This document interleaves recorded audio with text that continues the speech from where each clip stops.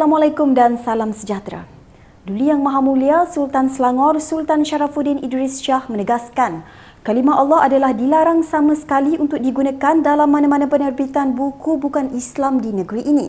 Menerusi kenyataan akhbar hari ini, baginda mengulangi pendirian bahawa kalimah Allah merupakan kalimah suci umat Islam dan hanya boleh digunakan untuk merujuk kepada Tuhan Yang Maha Esa yang mempunyai sifat kesempurnaan. Titah baginda lagi, kalimah Allah tidak boleh diletakkan di tempat yang salah atau digunakan selain daripada maksud Tuhan Yang Maha Esa yang menjadi pegangan akidah umat Islam. Namun, baginda tiada halangan sekiranya perkataan Tuhan digunakan sebagai penterjemahan kepada perkataan God. Penegasan baginda itu merujuk kepada keputusan Mahkamah Tinggi Kuala Lumpur berhubung kes Jill Island binti Lawrence Bill melawan Kementerian Dalam Negeri dan Kerajaan Malaysia baru-baru ini. Penantian lebih 50 tahun buat 80 penduduk kampung Bagan Skincan berakhir selepas mereka menerima geran pemilikan tanah atas usaha kerajaan negeri. Esko Kampung Baru Eng Zehan berkata, penyerahan tanah dilakukan secara telus tanpa melibatkan orang tengah walaupun terpaksa melalui proses yang rumit. Tambahnya, amalan itu dilaksanakan sejak 2008 selepas pertukaran tampuk pimpinan negeri. Katanya selepas program penyerahan geran milikan tanah tersebut pagi tadi.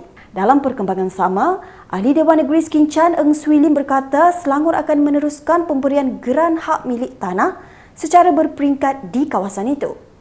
Untuk kes ini, langsung tidak perlu melalui orang tengah. Mereka mohon dengan bantuan daripada pejabat YB Skincan, mereka mohon direct dengan pejabat tanah. Ini menunjukkan satu ketelusan kerajaan Pakatan Harapan Kerajaan Negeri Selangor.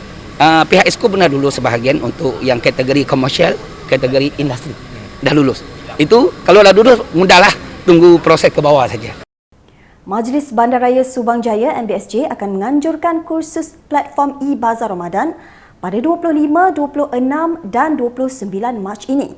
Bertempat di Dewan Serbaguna MBSJ, Taman Puchong Indah dan USJ 7 Subang Jaya. Inisiatif yang dilaksanakan dengan kerjasama Rantaian E-Bekalan Digital Selangor atau SELDAC menerusi platform e-dapur itu bertujuan membantu peniaga menjana pendapatan dalam norma baru sekaligus menggalakkan penyertaan perniagaan dalam talian dan pemasaran digital.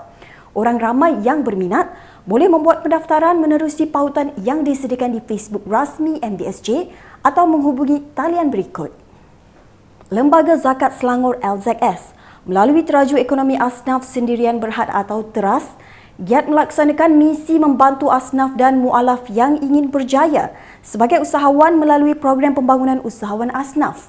Dengan menyertainya, peserta akan diberikan kursus dengan pakej sama ada projek motor roda 3, projek urutan wanita, projek mobile baba atau projek pau comel.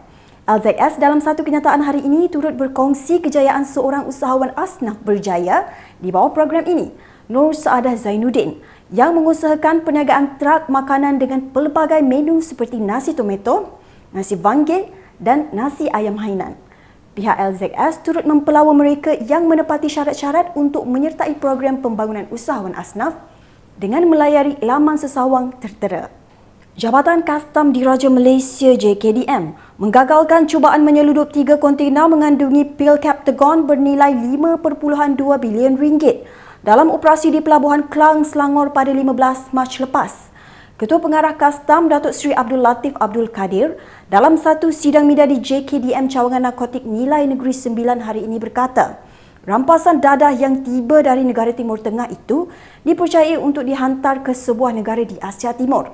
Jelasnya, ia merupakan rampasan dadah terbesar dalam sejarah JKDM, dilakukan sepasukan anggota daripada Cawangan Narkotik Kastam hasil perkongsian maklumat perisikan dengan Direktorat Jeneral Pengawalan Narkotik Kementerian Dalam Negeri Arab Saudi dan kerjasama Polis Diraja Malaysia PDRM yang menemukan 94.8 juta biji pil dengan keseluruhan berat dianggar 16 tan di dalam lereng-lereng roda. JKDM sedang melakukan siasatan lanjut bagi mengenal pasti dalang di sebalik penghantaran dadah berkenaan yang dipercayai membabitkan sindiket antarabangsa.